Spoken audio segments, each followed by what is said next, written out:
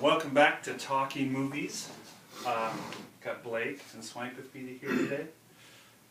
Sorry for the history majors. I had Lincoln on the brain. That was in the 1800s. The Patriot is set in the 1770s. Just had to get that out there. All right. We correct here at We Talk of Movies. So. We correct ourselves off camera. But anyway, moving on. We're gonna try something different here today. We're gonna talk about two actors. I have chosen Leonardo DiCaprio and Russell Crowe because of somewhat of their similarities in their career. How they've had a lot of popularity, and then there's some movies that people don't like either. So we're gonna kind of talk about their legacies against each other, not necessarily who's better or who's going to be more memorable, just kind of their legacies against each other. So, Leonardo DiCaprio, how do you guys feel about Leonardo DiCaprio? I like the guy. I don't think he's ever made a bad film, really. I guess I haven't seen all of his movies, but every one that I've seen, I think they're great. I don't know. I've seen some bad Leo movies. All right, let's name them. The Aviator is one of them. The Beach isn't okay. I mean, I like The Beach, but it's a terrible movie. I like that statement. Talking Sharks. I'm sold. He was in Critters 4, I think, or Critters 3 or something. Okay, great. So we're gonna do this whole filmography. Okay. Yeah, I'm sure. Oh yeah, I'm sure Critters 4 is we're terrible. debating his legacy. Yeah. I mean, granted, he's got to start out somewhere. So the Critters 3. Let's keep Russell Crowe's music career at it. So, okay. Yes. So every movie that I've seen, Leonardo DiCaprio. I don't like The Aviator. I'll be honest. I am bored to death with The Aviator. It's an extremely boring movie, but I think it's well made. It's very well made. It's not interesting. I watched that movie when I was trapped in a hotel room in Chicago because it was pouring rain. And that was like probably the third movie I had watched that day. So I guess I was just not accustomed to the couch at that point, just whatever. But I kind of enjoyed it. So yeah, I liked it, but it falls under the category of 3 hours, really. That's an epic story, though. I think I watched the TV edit, so maybe it wasn't quite that long. But it probably was 3 hours. I watched it after everyone was raving about it and all the Oscar nominations. And I'm like, I want to see this. Obviously, it's Martin Scorsese, who was with Leo in Gangs of New York as well. And did they do another one too? Departed. The Departed, yes. And I didn't connect with it. And I waited like a year, and I watched it again, and I still couldn't get into it. I mean, I just don't find it interesting. Leo's great in it. I think he got an Oscar nomination for it. I think he's great, but in the movie, I don't like the movie. My favorite Leonardo DiCaprio movie, I think, is Catch Me If You Can. The pace of that movie is so awesome, and I guess it was really just kind of unexpected to me. I had watched it because a bunch of people said they really liked it, and I was like, oh, whatever. I'm not a huge. I feel like I either really like Leo films or not, or I don't like them. But I was really impressed by that movie. You guys both seen that? It's very whimsical. I mean, it's almost a fantasy or like a Frank Capra 1950s film. Very, very well done. Incredible score by John Williams. Isn't that somewhat based on a true story? It's a true story. Yeah. Frank Abagnale. Yeah, okay. I was gonna butcher it. So Tom Hanks is really good in that too, by the way. Spielberg love. Yeah. Spielberg and John Williams today, I guess. It's fine. I haven't seen J. Edgar.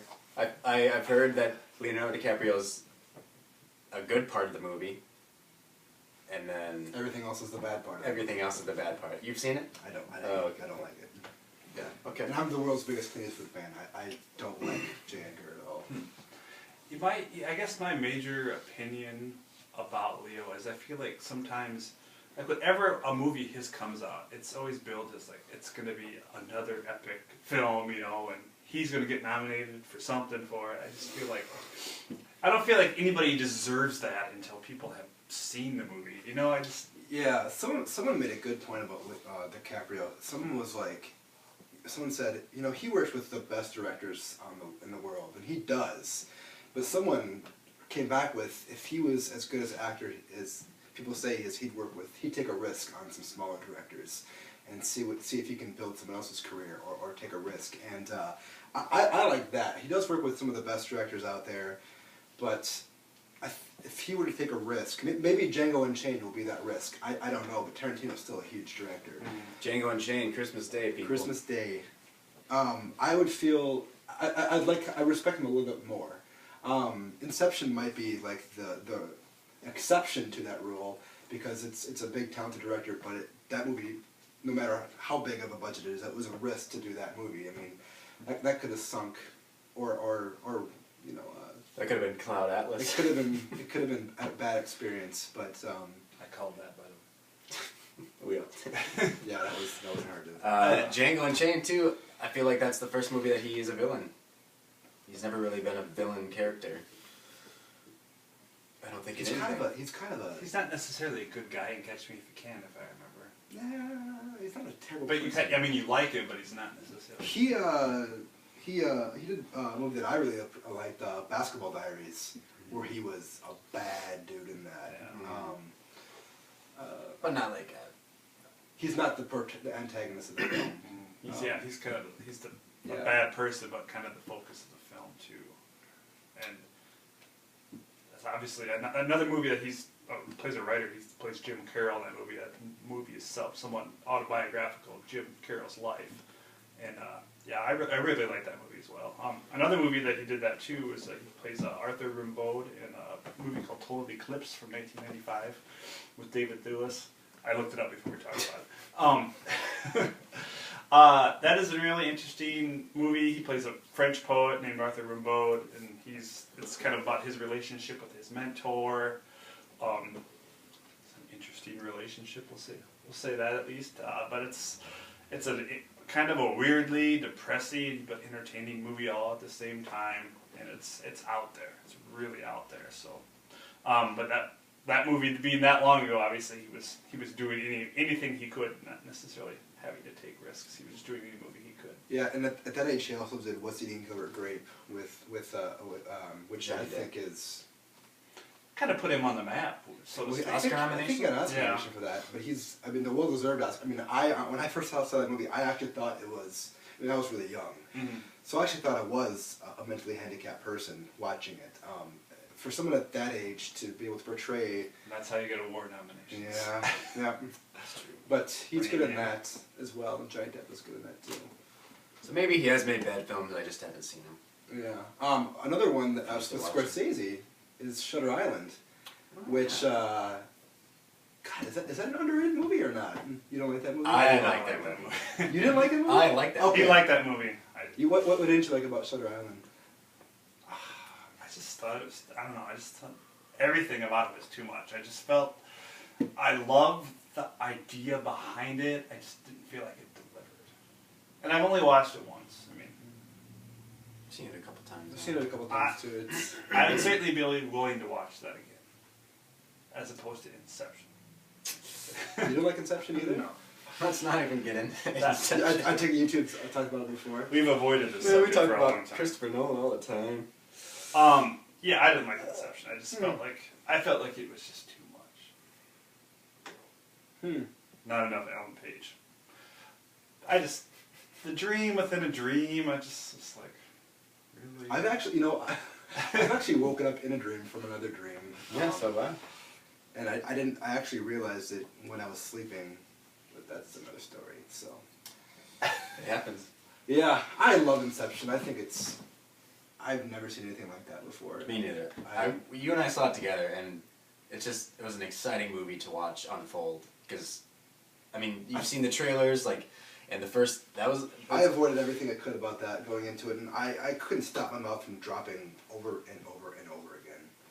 I mean, I would be sitting there watching the movie, and then I'd realize my mouth was dropped. And I love Inception. I think it's one of Nolan's best movies. And I think all other movie trailers should thank Nolan for the yeah. Every trailer has that now. Thank Inception for that, everyone. Another film that I think you guys probably liked and I didn't was Gangs of New York. I enjoyed. You like that? I did not. I enjoyed. I was excited about the whole premise of the movie, and I just didn't feel like it delivered. I don't know. I like it less and less the more I watch it. Daniel Day-Lewis is awesome in that movie, and that's probably why I watched the entire thing. But I just Yeah, it's watching that. It's kind of like, what's he gonna do next? Because Bill the Butcher was a bastard. and that's the case again, where I feel like I say this all the time, but just too long of a movie. I just feel like every time there's a movie about a certain point in history, it just has to be long. Yeah. It's been a while since I've seen that. Yeah. I had some really good friends at the time when that came out that were just like all about the movie, so you kind of get caught up in the hype. So maybe it was a little too hyped up. There was a lot of hype because, like, I think the Weinstein brothers squashed it for a while, or like they ordered like a shorter version, and there was a lot of like trade papers talking about how there was fighting between Scorsese and the producers, and so I think the hype built around that, and then it's like, when is this going to get released, and how good is it going to be? And then when it did get released, a lot of hype for Daniel Day-Lewis, I think. Got people into the... He is kind of another one of those people that falls in that mold. Sorry to interrupt, but like, did he win the Oscar for that? No. but like every time he's in a movie, it's going to be epic, whether you like it or not. Daniel Lewis? Yeah, I feel like and I've actually liked some of his lesser known movies, like sorry to get off subject, but like The Ballad of Jack and Rose. I haven't seen that. That is a crazy movie. But anyway, we also need to talk about Russell Crowe. Any favorite Russell Crowe movies pop into mind? I think you and I share one. LA Confidential. That's one of my favorite That's a Russell great Crowe movie. movies. I enjoy that movie too. Not to get off subject again, but fell in love with Guy Pearce in that movie too. Yep. Oh, yeah. Yep. Guy Pearce. And that obviously put him on the map too. Maybe at least in America. I I mean, kind of wish Guy Pearce's career took off more than Russell Crowe's. He's to be actually honest. starting to get like really popular now. yeah. I mean, he's been killing it the past couple of years. I mean, he was in The King's Speech, and then he had his own action movie with the Lockdown this year. He has Lockout. Sorry, he was in Lawless as well, where he was an asshole in that. And Did you see it? yeah, I saw it. It's pretty good. I hated it. Oh. But yeah, Guy Pearce is great in LA Yeah. Confidential. When him and Russell Crowe, by the way, two Australians playing Americans, team up together, that movie gets really good. Yeah. Really good. Anyway, moving on with Russell Crowe. Was that LA Confidential? That's probably one of his first major roles in the U.S., right? That broke him in America. Uh-huh. Yeah. One movie I liked, and I know Swank didn't like, I'm not sure if you've seen Blake, was I loved his new version of Robin Hood. Something I about never that. saw it. I actually, my girlfriend and I went and saw that with, I think it was date night at the drive-in, and I made it 10 minutes into Robin Hood, and I woke up when the credits were rolling, and I didn't. It took a little while to get going, but I don't know, for some reason I was just really captivated by it, and I'm a sucker for kind of, period pieces, not U.S. I don't know why, but yeah, I get into that too much. Virtuosity? Anybody? I have that written down too. I have that written down. I love Virtuosity. It's a terrible movie, but That is a terrible so movie. much fun. Yeah. Denzel, I mean, Russell Crowe strutting through the mall with the Bee Gees in the background. Yep, that's all I remember from that movie. And eating glass? He eats glass in the movie? Yeah. That's how he regenerates And or something? the last fight between those two is pretty epic too, I remember. Oh yeah, Russell Crowe just hams it up through the whole movie. Wasn't that one of his first major? That was before The Confidential. Right? was it? Yeah. Yeah, I was gonna say. That's what got him. LA Confidential. Yeah. He made an Australian movie before he broke out called Romper Stomper, where he plays a skinhead who falls in love with an Asian. Well, no, I'm sorry. He gets to know an Asian woman better, and it kind of breaks him from his crew. He was great in that. I mean, that was one of his big movies back in Australia. That was really good. Really sad movie, but Yeah, that's not like a precursor to American History X, right? Or just kind of. I feel like it came out before. Yeah, but I feel like those movies kind of get lumped together, in that kind of genre, but they don't have anything to do with each other, right? Like, okay. Go ahead. The Quick and the Dead. Also with Leonardo DiCaprio. Yeah. Sam Raimi romp into Western. If you've ever seen, if you know Sam Raimi quite well with his camera zooms and his panning, he exploits it with Going through the head. Oh, all kinds of stuff. Evil Dead type filming with Western. Yeah, it's fun. Almost Walter Hill like too, where everybody who gets killed they fly 20 feet. Jeez. Yeah, yeah, with a single bullet. Well, and then of course the big one is Gladiator. Ugh. I know we've been avoiding that one, but it's a good movie. No? Another one where I like it less and less as time goes on. I think I've only ever seen it the one time in the theater. Yeah. And I haven't gone back to it because that's when my distaste for Joaquin Phoenix first started. He's great in that. He is great in that, but for some reason ever since then I just don't like it.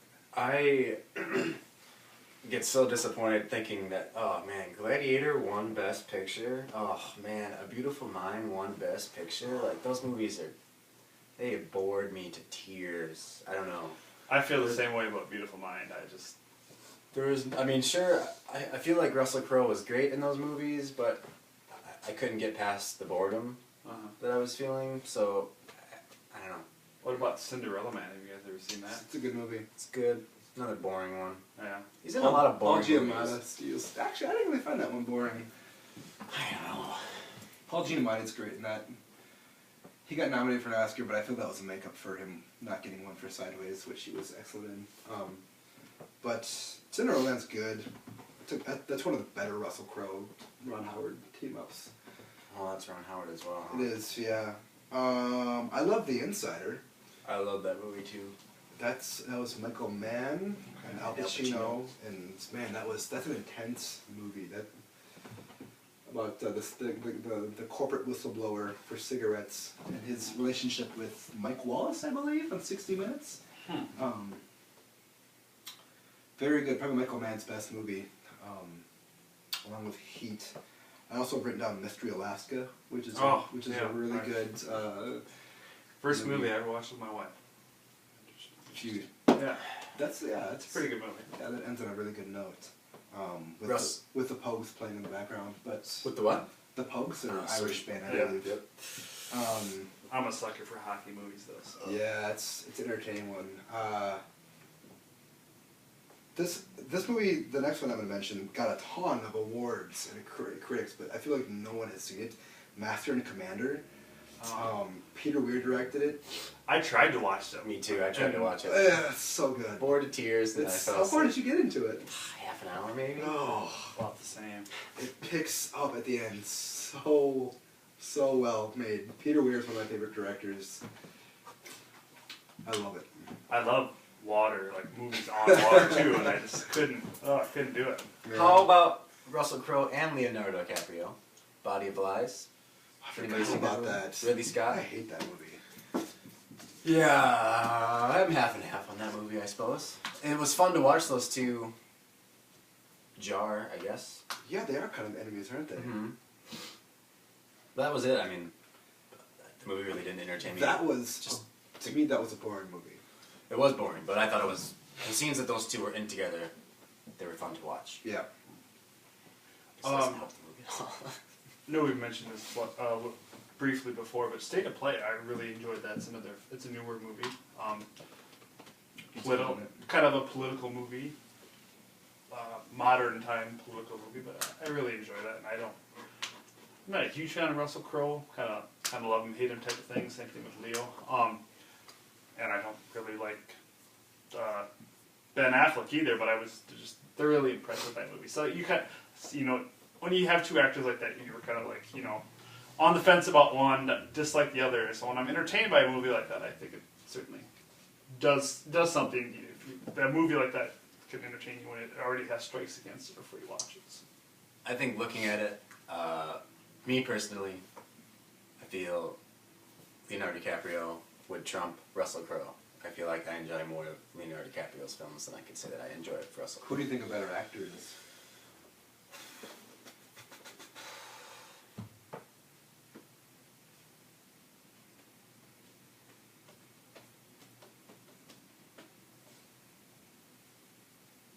It's a tough question. Wow. Tough question. I might have to. I don't know. I will probably go in the DiCaprio side of things on that one. You know, I'm not saying Russell Crowe's a terrible actor. Nah. Mm-hmm. He's a great actor. I think I'm gonna give them both like a B plus. I don't know. It's hard because, yeah. I think, yeah, I personally give the edge to Russell Crowe. I like Leonardo DiCaprio. Feels like he plays it safe too much. And I know it's probably not saying much about Russell Crowe with The Beautiful Mind and other movies like that, but I feel like Russell Crowe like slips into roles better than DiCaprio does. Like I see Leonardo DiCaprio on the screen, and some movies that I don't see Russell Crowe. I see him as this character. Well, I still feel like I see Leonardo DiCaprio as a kid. Maybe just because he got acting so young early, but he just has that young face that I don't think, and I think that maybe hinders him somewhat. You know, Russell Crowe's kind of grown old and kind of grizzled looking, and He can shave. Yeah, certainly works to his advantage.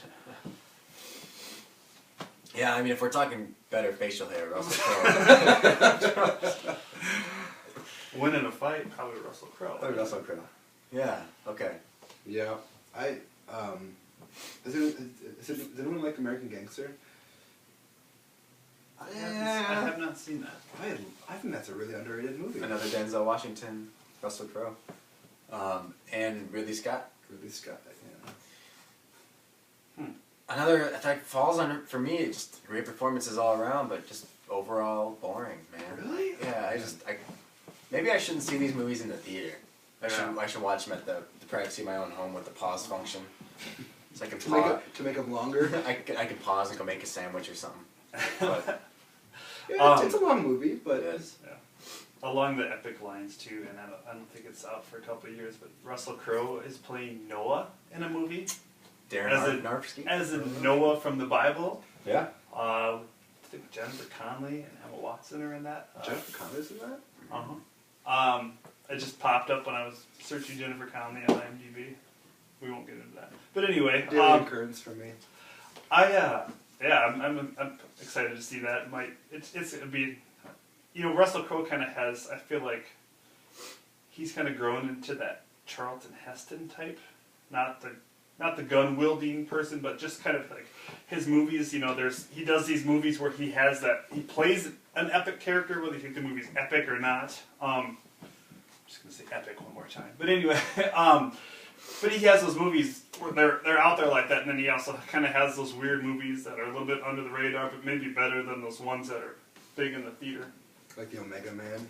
Yeah. And I feel like the movie, and I haven't seen it, the only movie that he's played just a regular guy, A Beautiful Year, right? Is that what it's called? Oh, A Good Year? A Good Year. Once again, by Ridley Scott. That's the only movie that he's ever been in that he's just a regular Joe Schmo. Yeah, I mean, both those guys could do that movie in their sleep if they wanted to. It's there's nothing special about it. If you want to see some postcard images about vineyards in France, watch it. Oh, Mr. Lasky, he's nobody special. Yeah, okay. Yeah. But Good Year it's a good waste of 2 hours, I'd say. It's a fun movie. Yeah. You know what's gonna happen in the end, but these guys are just way too intense. They should make like a buddy cop movie sometime. What? Russell Crowe and DiCaprio. What has Leonardo done? Like a romantic comedy? I mean, Russell Crowe probably has a few of them here and there, but when's Leonardo gonna do a movie with him and Amy Poehler's girlfriend? You know, I mean, that's what I want to see. I want to see a funny movie with Leonardo DiCaprio. He's too good for that. Yeah. I suppose. I don't know. What, has he even made a comedy? Judd Apatow. He probably gets like the script for comedies. Well, he was in Celebrity with that Woody Allen movie. That was, I mean, was he? I mean, it's been so many years since I've seen it. I don't think he was like hilarious in it. I mean, he basically played himself, didn't he? I feel like he does that. He does that movie because he's like, oh yeah, I did Woody Allen. But I mean, you know what I mean? You're right. Every movie he does, it's this huge movie. Mm-hmm. I mean, he's in The Great Gatsby, and I mean, they probably got the wrong director to do that. I don't know. I've never read the book, but it looks huge. I mean, it looks too flashy for my own good, man. Yeah, I mean, I don't know. I kind of was. That's what I was saying with like. I wish he would do something where it was more of a risk, where instead of where he knew he was going to get a return on something. Yeah. Because he's got that in the new Scorsese movie, The Wolf of Wall Street next year. That's probably gonna be a huge movie too. Mhm. So Leo Scorsese's Whipping Boy as Russell Crowe is really Yeah. their go-to. Their Yeah. Uma Thurman Tarantino Yeah. relationship. But anyway, so we're gonna. I hope We don't need a final decision. I think we've said enough. So Who do you prefer it depends on the role, I guess. You know, I overall though? Like who's? probably Russell Crowe. I would be more open to watching a Russell Crowe movie. I do want to see Leo make a romantic comedy. God, I'm split. They both have made some great movies. I mean, I'd have to lean towards Leo, I guess, for his filmography. If I want to see some better acting, I'd go with Russell Crowe, I guess. So I'm saying Russell Crowe's a better actor. Well, and I think because they have, they've been around and they have done their time, but when you have that many movies to choose from, your legacy is almost tainted. I mean, look at Robert De Niro now. It's just like, Yeah. how many Meet the Fockers can they make? It's just like. And they're gonna get there probably because we don't want those guys to start doing romantic comedies too soon because then they'll fall into De Niro territory. Or analyze this and that. What else can they analyze? Hit the pillow. I did like the first one of that series to analyze this. But anyway, Russell Crowe's got the better beard. Russell Crowe's got the better beard, and he's the hunkier man. Leo will always be the young-faced. I mean, we'll pretty talk boy. about their musical careers if Leo had one. We'll get into hunkness factor next week. Yeah. All right, thank you for watching. This has been Talking Movies. Hope you enjoyed it. Have a good day.